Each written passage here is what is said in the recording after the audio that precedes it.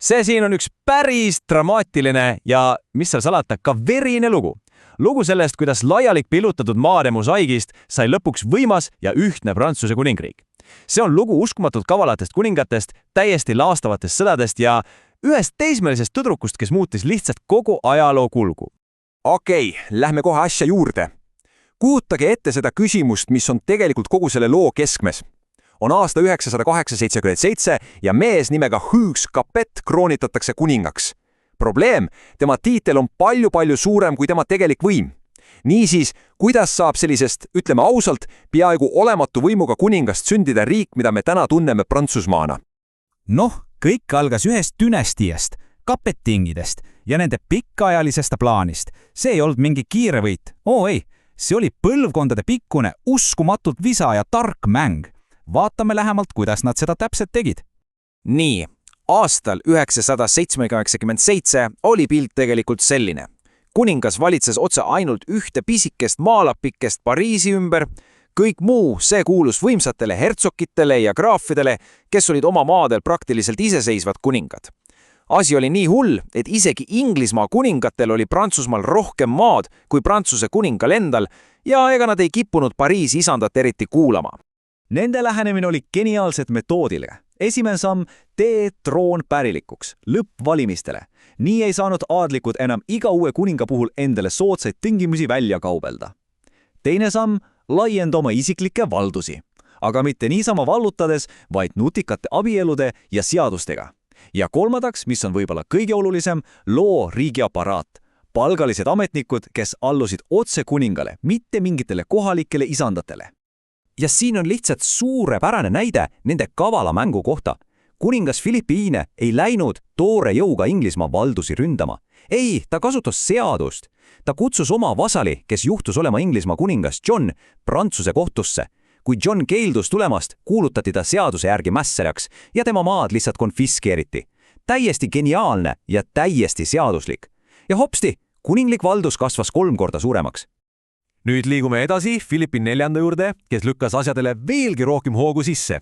Ta oli, halastamatu ja äärmiselt pragmaatiline. Ta vajas raha oma sõdade jaoks ja ta hankis seda absoluutselt igalt poolt, kus vähegi võimalik. Ta maksustas kirikut, mis oli ennekuulmatu, ta viskas riigist välja rikkad juudid, et nende vara endale saada, ta vähendas müntide kullasisaldust, et rohkem raha vermida ja krooniks kõigele hävitas ta terve templi ordu, et nende tohutule varandusele käppeele panna ja oma võlad lihtsalt tühistada. Kapitengide töö oli olnud nii edukas, et nad olid loonud võimsa ja uskumatult ihaldusväärse trooni. Aga siis tapas neid katastroof. Tekkis probleem, millele keegi polnud mõelnud. Polnud enam kedagi, kes sellele troonile istuks. Vaadake seda ajajoont. See on täiesti uskumatu. 14 lühikese aasta jooksul surevad Philippe IV ja kõik tema 3 poega, kes nad said kuningas, ja mitte ükski neist ei jätnud maha poega, kes oleks trooni pärinud. Prantsusmaa troon oli järsku täiesti tühi ja see tekitas loomulikult tohutu võimuvaakumi. Ja siin ongi kogu konflikti tuum. 2 täiesti vastandlikku vaadet. Prantslased kaevasid välja vana saaliõiguse seaduse, mis ütles, et trooni ei saa pärida naisliini kaudu. Nende jaoks oli ainus loogiline pärija Philippi 4. vennapoeg. Inglased aga ütlesid, oot, meie kuningas Edward III on Philippi 4. lapselaps tema tütre kaudu. Tema on kõige otsesem pärija. Ja kui sul on 2 nii vastandlikku nõuet ühele ja samale troonile, siis see saab tähendada ainult üht. Sõda. Ja nii algaski konflikt, mida me tänapäeval tunneme 100-aastase sõjana. Ja ärge laske end nimest petta, see ei olnud üks pidev sõda, vaid rida täiesti laastavaid konflikte, mis venisid üle sajandi ja viisid Prantsusmaa sõna otseses mõttes kokkuvaremise äärele. Sajandeid ja sajandeid oli lahinguvälja vaildamatu kuningas olnud raskelt soomustatud ratsarüütel. Tema vastu ei saanud keegi, aga nüüd oli see ajastu läbi saamas. Üks uus tehnoloogia muutis nad ootamatult haavatavaks. Ja see oli šokk, mis muutis sõjapidamise reegleid igaveseks. Crécy lahing aastal 1346 oli see pöördepunkt. Inglaste pikkvibud olid oma aja tehnoloogiline ime. Need olid nagu tollaegsed kuulipildujad. Noolte rahe, mis Prantsuse rüütlite peale sadas, läbistas lihtsalt nende turvised ja külvas täieliku kaost. See, mida oli alati peetud võitmatuks rüütliväeks, oli äkkiselt täiesti kasutu. See näitas selgelt, et sõja tuleviku otsustavad distsipliin ja tehnoloogia, mitte enam aadlimehe vaprus. Ja just siis, kui sa arvad, et hullemaks minna enam ei saa, saabus must surm. See täiesti laastav katkuepideemia tappis umbes kolmandiku kogu Euroopa elanikkonnast.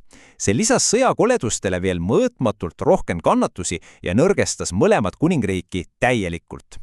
Mõelge korraks sellele olukorrale. See tundus täiesti lootusetu. Prantsusmaa oli põlveli, riik oli lagunemas, vaenlane oli sügaval maal ja miskigi hullem, isegi osa prantslastest, nagu näiteks Burgundia hertsogid, tegid inglastega koostööd. Tundus, et pääsu enam pole. Kes suudaks sellisest olukorrast väljapääsu leida? Aga just sellest täielikust lootusetuse tuhast sündiski midagi täiesti uut. See oli hetk, mil Prantsusmaa ei võidelnud enam lihtsalt mingi kuninga nimel, nad hakkasid võitlema iseenda eest. See oli rahvuse sünd. Ja selle uskumatu muutuse keskmes oli kõige ebatõenäolisem kangelane, keda üldse ette kujutada saab. Mitte kuningas, mitte kindral, vaid teismeline talutüdruk nimega Jeanne d'Arc. Tema vankumatu usk ja sihikindlus andsid täielikult demoraliseeritud prantslastele tagasi lootuse ja võitlusvaimu. Kõik sai alguse Orleansi vabastamisest. See võit oli psühholoogiliselt ülioluline. See oli esimene suur võit pikka aega. Pärast seda veenis Jeanne trooni pärijat end lõpuks kuningaks kroonima, mis andis kogu võitlusele uue legitiimsuse. Ja uue kuninga ja uue lootusega hakkasid prantslased lõpuks ometi vaenlast oma maalt välja ajama. Ja lõpptulemus? No vaadake ise. See on vapustav. Üle 100 aasta kestnud sõda lõppes Prantsuse täiusliku võiduga. Inglaste kunagisest hiiglaslikust impeeriumist mandril oli alles jäänud vaid üksainus sadamalinn, Calais. Prantsusmaa oli päästetud. Ja mis veelgi olulisem, see oli ühendatud. Ja see viib meid lõpliku küsimuseni, eks ole. Prantsusmaa lugu näitab meile üsna selgelt, et nende rahvuslik identiteet ja ühtne riik sündisid läbi äärmiselt ränkade katsumuste ja verise konflikti.